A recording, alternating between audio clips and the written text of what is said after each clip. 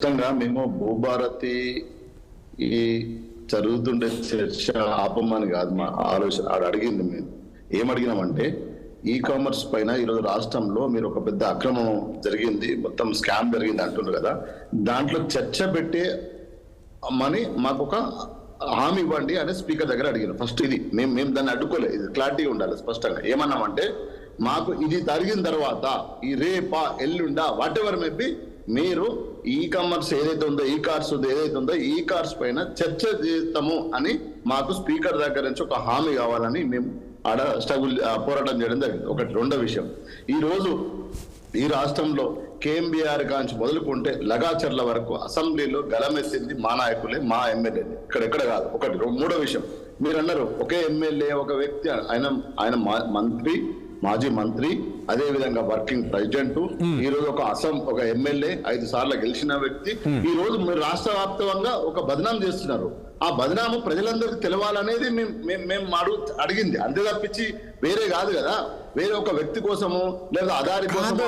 శ్రీనివాస్ యాదవ్ గారు, నాకు ఒక పాయింట్ అర్థం కాదు. ఇప్పుడు అక్కడ కేటీఆర్ పైన కేసు నమోదైందంటే ఇంతకుముందు విఠలన్న గారు చెప్పినట్లు ఆల్రెడీ గవర్నర్ పర్మిషన్ తీసుకున్నారు. గవర్నర్ కూడా లీగల్ ఒపీనియన్ తీసుకున్న తర్వాతనే అనుమతి ఇచ్చారు. At the same time ACB కూడా పూర్తి ఆధారాల తర్వాత కేసు నమోదు చేసిన తర్వాత మళ్ళీ ఇక్కడ చర్చించాల్సింది ఏముంటది?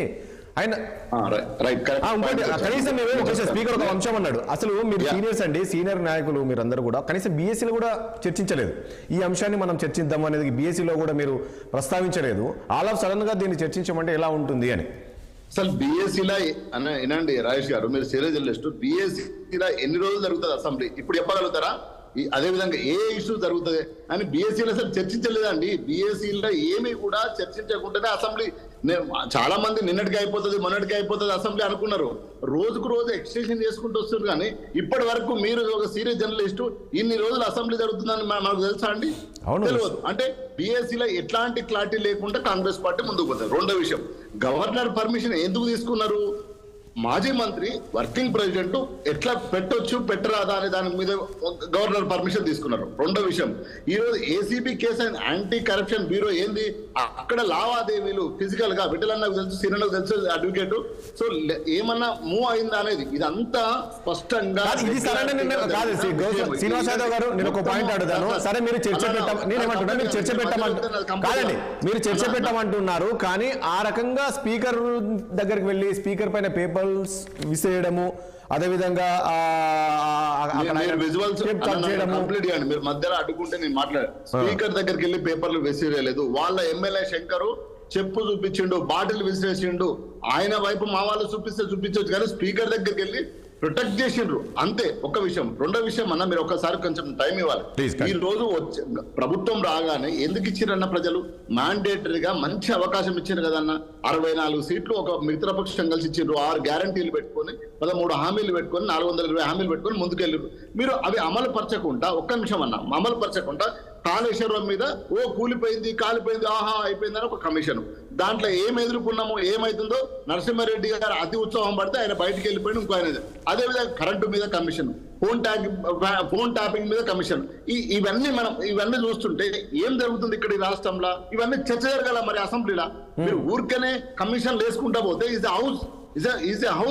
హౌస్ లో చర్చ జరిగితే ప్రపంచానికి మొత్తం తెలుస్తుంది కదా. ఈరోజు ఒక్క విషయం అన్న, లగాచర్ల ఎంత లాజిక్, ఒక్క నిమిషం, ఒకటి లగాచర్ల పోరాటం చేస్తే వాళ్ళని తీసుకుపోయి జైలు వేసినావు. మరి అదే పోరాటం చేస్తే అక్కడ భూములు తీసుకోవాలని వాపసు తీసుకున్నావు కదా నువ్వు. మరి అక్కడ భూములు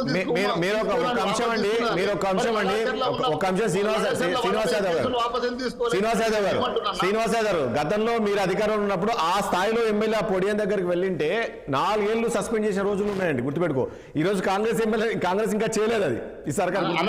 అది వాళ్ళ అదే మా హక్కు అన్న. మా ఒక నాయకుడు, మా నాయకుడు అసెంబ్లీ ఒక ఎమ్మెల్యే 5 సార్ల మాజీ మంత్రి. అది కరెక్ట్ కాదంటున్నా, మీరు నిరసన తెలిపే పద్ధతి అది కాదంటున్నా శ్రీనివాస్ యాదవ్ గారు.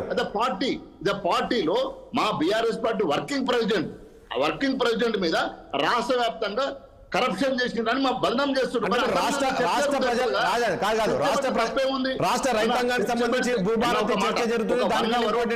చర్చ పెడితే తప్పేముంది? కాదు రాష్ట్ర ప్రజలకు తెలిసిపోతుంది. పాయింట్ మీరేమంటున్నారు? మా వర్కింగ్ ప్రెసిడెంట్, మాజీ మంత్రి, మా ఎమ్మెల్యే అని మీరు అంటున్నారు. అంటే ఇక్కడ భూభారతికి సంబంధించి దాదాపు 20 లక్షల మంది రైతుకు సంబంధించి